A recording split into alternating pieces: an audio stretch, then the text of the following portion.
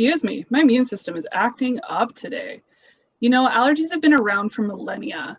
There are indications that allergies have been around since ancient Egypt, and they've been on the rise ever since. Chances are you've heard of allergies. But what really is an allergy and why does it matter? My name's Krista, and today I have Val, Hi. Manny, Hi. and Cole Hello. with me to help get to the bottom of this. Allergies come in many different forms, and as it turns out, each of us has an allergy. Hey guys? Val, what kind of allergy do you have and how does it affect your day-to-day? Yeah, so I have allergic asthma, which basically presents as wheezing, shortness of breath or tight chestness, and a dry cough if I'm exposed to certain environmental allergens like pollen. So what that looks like for me is essentially I take a daily controller inhaler twice a day, and then I also keep my emergency inhaler nearby at all times, especially if I'm doing things outdoor or during the springtime when pollen is at its worst. How about you, Cole? You've got asthma too, right?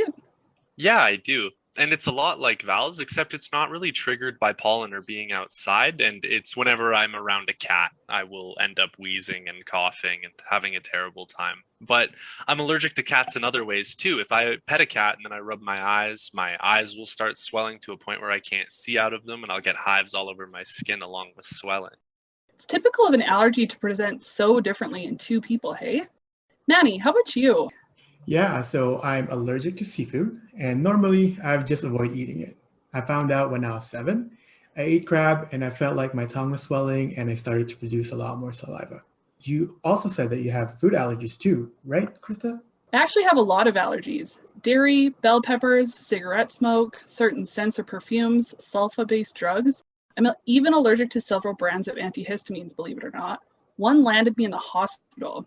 I actually have a condition called mast cell activation disorder where my immune system's mast cells are on super high alert and therefore react to seemingly innocuous things all the time. So my allergies can change from day to day.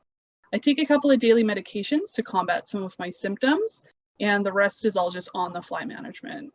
It's so interesting that despite being relatively common, the symptoms of allergies vary so much.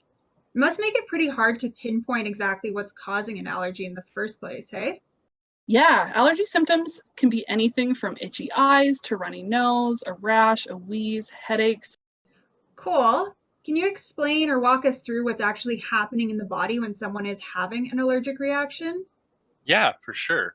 So, as Krista said previously, an allergic reaction is just an immune response, or rather an abnormal immune response. Normally, when a foreign particle known as an antigen enters the body, it needs to be dealt with. And this is especially if it's an infectious pathogen like E. coli or a virus. However, there are a lot of different foreign particles which enter our body all the time, and we don't need to have an immune response to them. These substances can be foods, insect bites or stings, pollen and grass, in your case, Val, molds and medications, and personally for me, pet dander. These substances don't pose any risk to us as individuals, yet some people react to one, or in Krista's case, a bunch of different things. So, regarding allergies, when these antigens enter our body, we have B cells, which are a type of white blood cell, and they recognize this harmless antigen, and now it's an allergen. And they mount a immune response to it, which is totally unnecessary. So is what the B cells do is they start releasing antibodies which are specific to the allergy that you have. So if you react to peanuts, it's going to be allergen that is specific to the peanuts, or if it's pet dander, it's going to be specific to that pet. And this produces antibodies which circulate throughout your body to identify the allergen in your system. Once the allergen is found, the antibodies activate another type of white blood cell known as a mast cell, which is what Krista has, is a mast cell activation disorder. And these mast cells release a bunch of different chemicals. Histamine and other inflammatory mediators are released into the bloodstream. And it's the release of these chemicals which presents the symptoms that we know as allergies. These symptoms can be relatively mild, like itchy skin or slight trouble breathing, or they can be very severe in the case of something like peanut allergies, where you can have an entire body-wide response known as anaphylaxis. So it's really important that Treating the allergy is specific to what your symptoms are. If you're just having a runny nose and itchy eyes because of pollen, antihistamines are going to be more than enough. But if you're undergoing anaphylactic shock, then you're going to need something like epinephrine to treat that. That's super fascinating. So now that we know how allergies work, Manny, can you tell us why they occur in the first place? Yeah, definitely. So allergies are caused by many factors, and there are a few reasons why it occurs.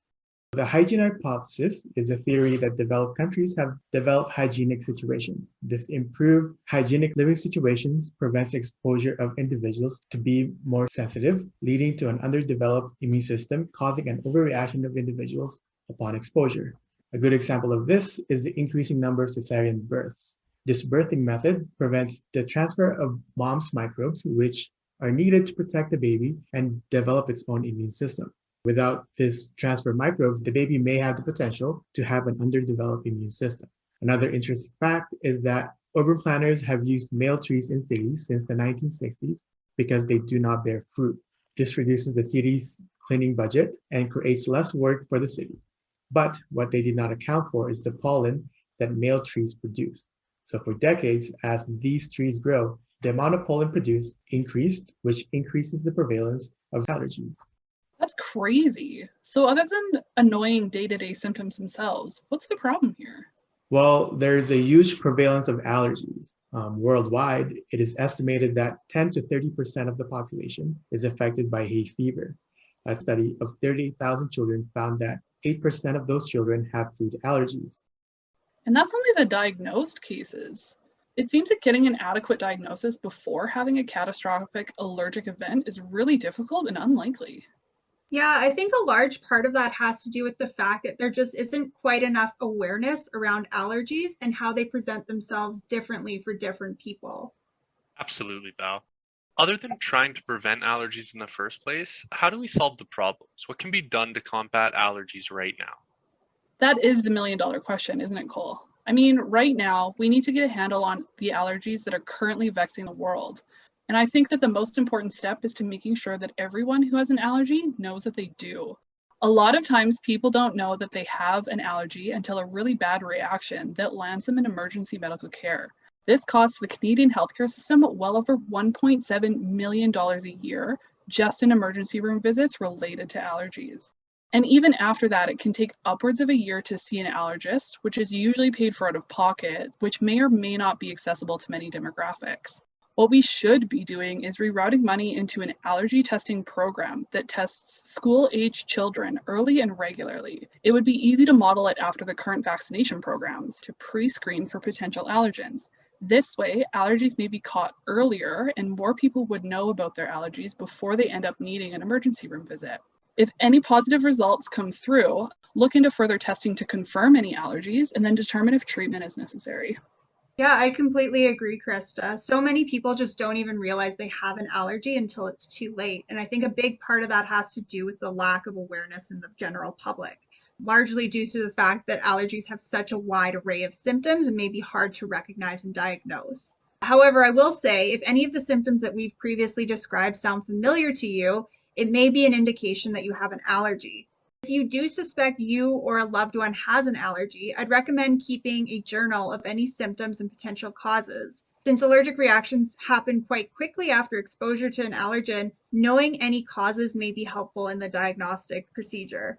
Take note of any new products that you've used if you're getting hives or rashes, including laundry soap, makeup, moisturizer, or anything in that nature. Pay attention to any food or beverages or medications that you've ingested, any activities that may have initiated the reaction, as well as the external weather conditions.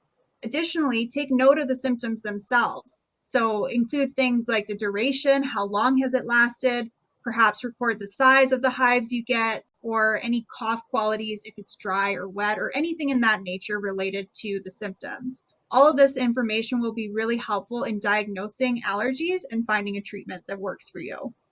So to sum up, allergies are super prevalent in the developing world. They also present differently for different people and can be caused by different stimuli. However, it essentially all comes down to an overactive immune system where your body's attacking things that are normally harmless. If you do suspect that you have an allergy, it's worth talking with a healthcare provider so you can obtain an allergy test and have a definitive answer and treatment options. Thanks for tuning in, everyone.